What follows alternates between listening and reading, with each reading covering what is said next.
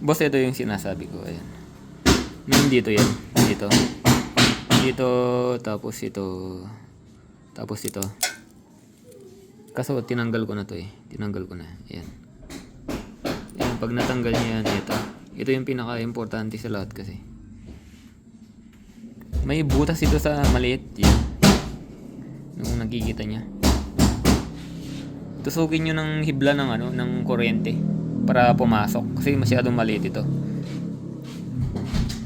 Tapos hipan nyo para matanggal talaga yung dumi na nakabara. Tingin ko may nakabara dyan. Ito yung madalas na problema niyan eh. Ito kasi yung parang sa hangin, daluyan ng hangin.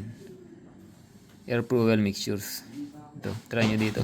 Tapos bugahan nyo rin ng hangin yung mga yan. Pati dito kung may dumi dyan. Pero focus kayo dito.